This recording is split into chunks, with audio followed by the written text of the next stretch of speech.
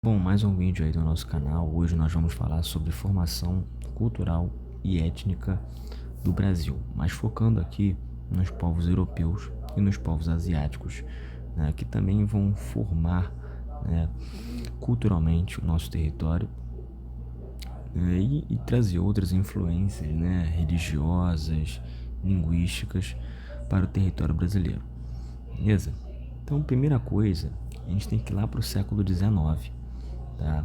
Até porque vai ser um momento com a chegada de outros povos europeus aqui no nosso território, por mais que a gente já teve a influência dos franceses, dos holandeses no período colonial. No século XIX tem a chegada de outros povos europeus, tá? Então a gente pega ali a partir do século XIX, a principal economia, né, do Brasil nesse momento é o café, e a gente pega já um Brasil império, Brasil independente, tá? Nesse momento, no século XIX, as pessoas que estavam sendo escravizadas, a população negra que estava sendo escravizada, ela começa a ganhar, de certa forma, a sua liberdade, com várias leis que vão surgindo nesse período, tá? A Lei Eusébio de Queiroz, a Lei do Ventre Livre, a Lei dos Sexagenários, tá? Que eu vou comentar cada uma aqui. Essas leis anti-escravagistas vão gerar liberdade para essas pessoas. Então os cafeicultores, os barões de café, eles estavam perdendo essa mão de obra, tá? Essa mão de obra que estava sendo escravizada. Então eles estavam insatisfeitos com essas conquistas abolicionistas, com essa liberdade da população que estava conseguindo, né, a sua alforria, né, tentando agora uma nova vida. Algumas leis que vão surgir no século XIX, uma delas é a Lei Eusébio de Queiroz. Por que tem esse nome? O ministro da Justiça da época, Eusébio de Queiroz, que vai criar, né, essa lei, por isso que tem esse nome, tá? E vai proibir o tráfico de africanos para serem escravizados, tá? No Brasil. Uma outra lei, mas não é brasileira, mas uma lei inglesa, é a Bill Aberdeen, tá? Aberdeen era um ministro das Relações da Inglaterra que cria, né, também essa lei que diz o seguinte, é de 1845, que deveria aprisionar qualquer navio que estivesse suspeito de fazer o tráfico de pessoas na costa africana, tá? Principalmente para a América. Aliás, o Brasil era um desses países que ainda fazia o tráfico dessas pessoas, mesmo que muitos territórios já estavam ali acabando com a escravidão, né? O Brasil vai ser um dos últimos ali a acabar, se não o último a acabar com a escravidão na América, tá? E acontecia esse processo de trazer essas pessoas da África para o Brasil até ali quase o final do século XIX, tá? Beleza? Mesmo proibindo também o tráfico dessas pessoas, os navios ingleses fiscalizando ali se estava acontecendo ainda, né, o tráfico dessas pessoas, tá?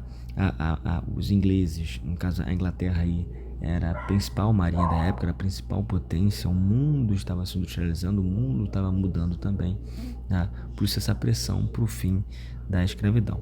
Aqui no Brasil a gente vai ter a Lei do Ventre Livre de 1871, né, que filhos de mulheres escravizadas já nasciam livres, a Lei do Sexagenário de 1855, que proibia escravizar pessoas acima de 60 anos, e claro, a escravidão acaba com a Lei Áurea em 1888, né, com a assinatura da Princesa Isabel, que na verdade estava sendo pressionada pelos ingleses para acabar com a escravidão, tá? Então, por que era interessante acabar com a escravidão nesse momento, né? Nunca foi uma coisa boa, mas no século XIX o mundo estava mudando, caminhando para uma nova fase do capitalismo, que era o capitalismo industrial, e a Inglaterra, a principal potência da época, pressionava por um trabalho assalariado, para o fim da escravidão, para gerar um mercado consumidor, tá? Sem contar que com a proibição do tráfico dessas pessoas para a América, né, muito vindo até da própria Bill Aberdeen, que fiscalizava a costa africana para ver se ainda acontecia o tráfico dessas pessoas, vai diminuir muito isso, como eu posso dizer, vai diminuir muito essa mão de obra, porque ao mesmo tempo que muitos conseguiam a sua liberdade, tá? Principalmente pensando no Brasil, havia uma dificuldade de conseguir essa mão de obra no continente africano, tá?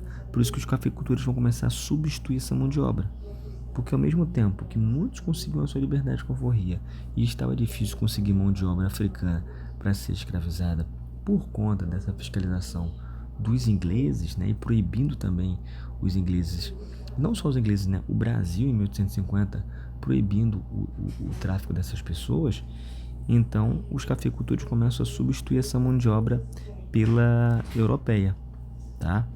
E aí muitos europeus vão acabar vindo para o Brasil, principalmente italianos e alemães, só que os europeus também vão sofrer na mão desses barões de café. Devemos lembrar que o Estado ele vai criar o que a gente chama, o Estado brasileiro, né? A imigração subvencionada.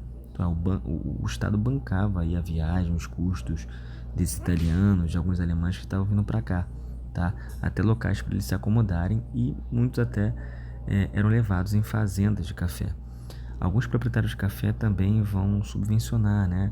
Vão custear a vinda desses italianos e alemães, criando as chamadas parcerias, tá? Esses proprietários, eles até custeavam todas as despesas desses europeus que estavam chegando, só que aí, olha só, começa a acontecer. Esses italianos e alemães começam a contrair dívidas, porque esses proprietários de café gastaram muito com roupa, alimento com eles, então eles tinham uma dívida a pagar nessas parcerias. Eles pagavam através do trabalho. Só que muitos desses italianos e alemães também eram muito pobres, né? Estava acontecendo um processo de unificação da Itália e da Alemanha.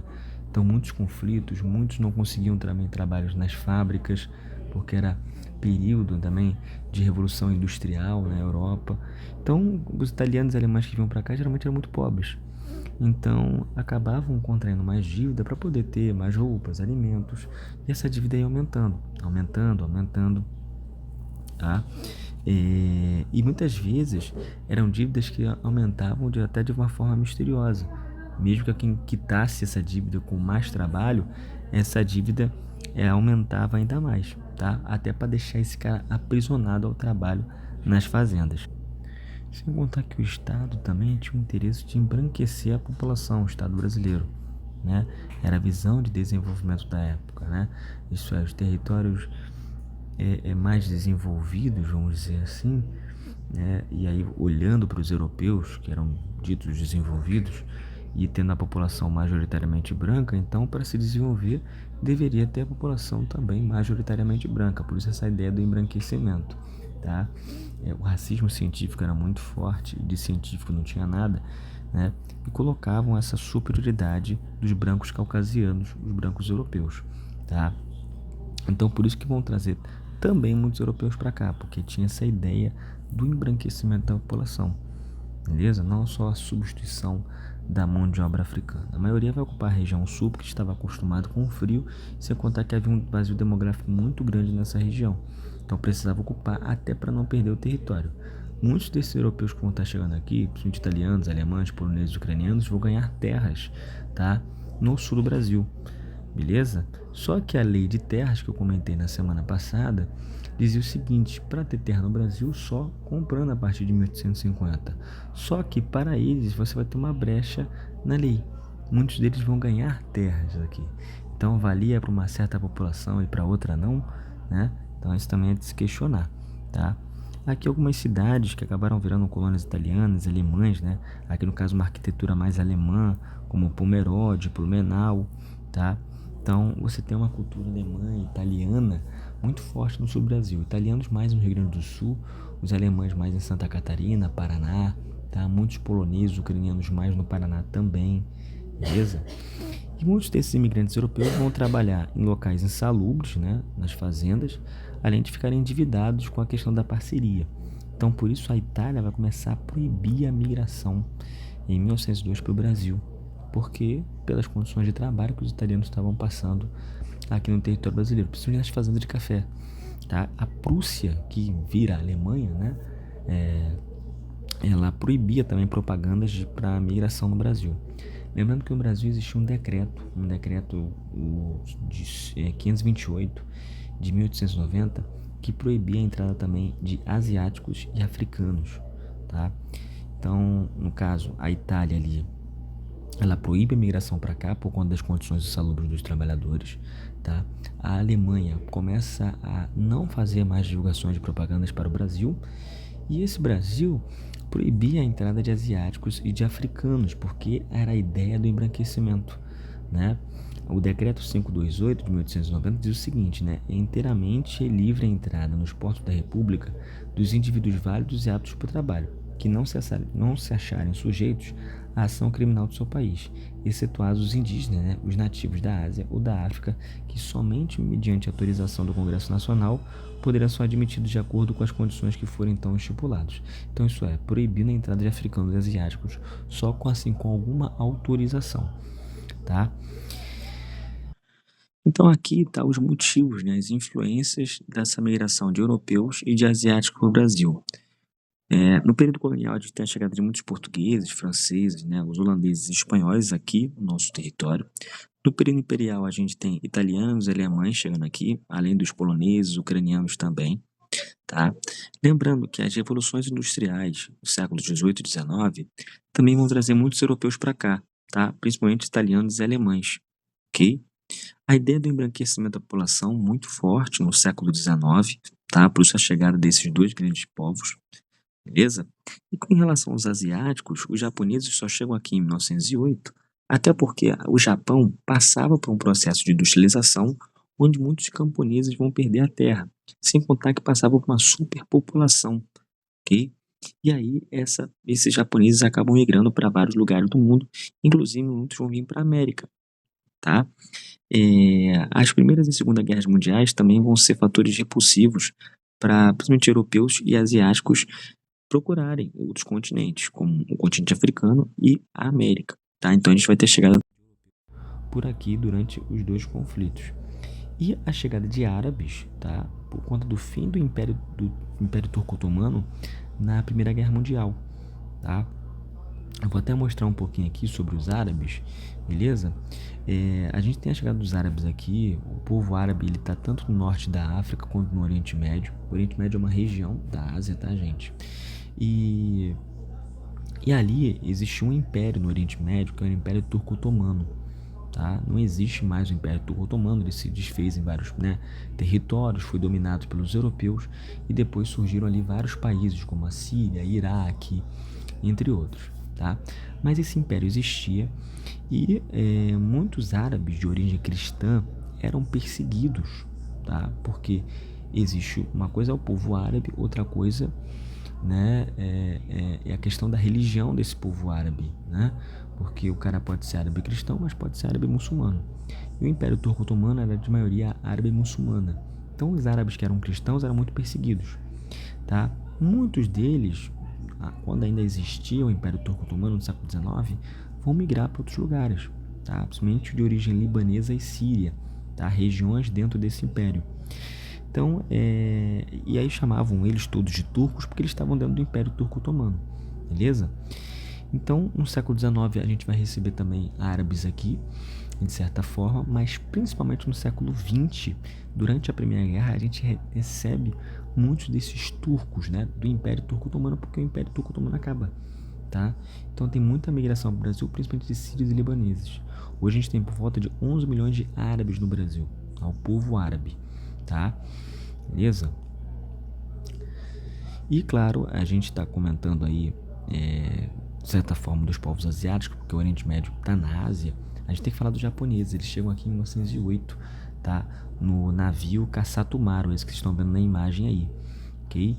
Lembrando que até 1890, né, pelo menos, ou até 1892, na verdade, era proibido a entrada de asiáticos no Brasil, por conta do decreto que eu mostrei para vocês, né, o decreto 528.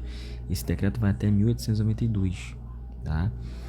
Até porque se tinha ideia de embranquecimento da população, né, e a população europeia era dita superior, os asiáticos eram vistos como inferiores também, porque eles eram amarelos, né, de raça mongol, eles chamavam, tá?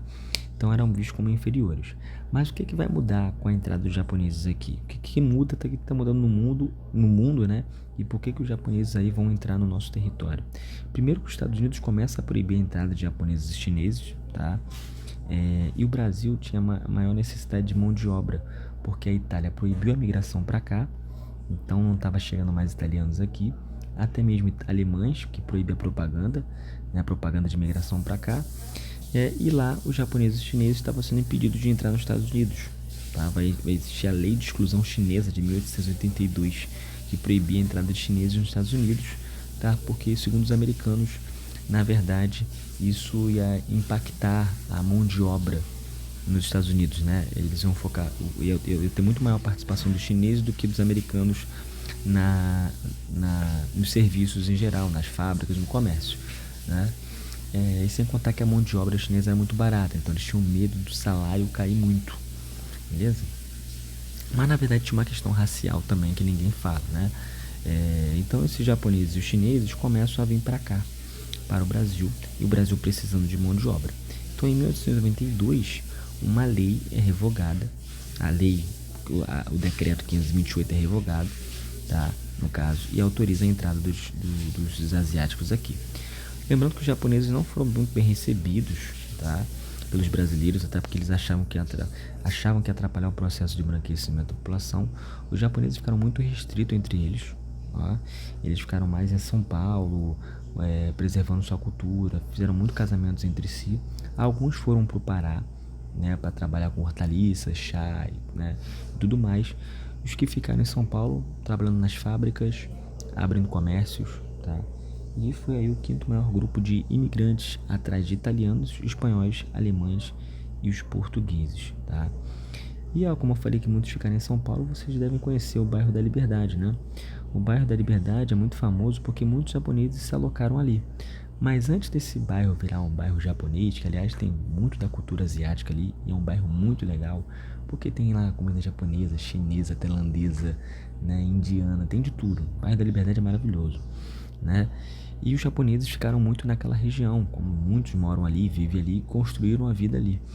Só que antes da chegada dos japoneses, ali era o chamado bairro da Pólvora, tá? Onde a maioria da população que ficava lá era a população negra. O Largo da Liberdade, que dá o nome ao bairro hoje, né, era o chamado Largo da Forca, porque é ali que era enforcado os escravizados que fugiam, tá? Os escravizados que fugiam eram enforcados lá. Eram condenados à pena de morte. Aliás, lá tinha um cemitério que foi desativado, tá? Que é enterrado esses escravizados, beleza? Que aliás, esse cemitério ficava nessa região aqui. Hoje só sobrou a capela do cemitério, que foi desativado com o tempo, tá? Beleza?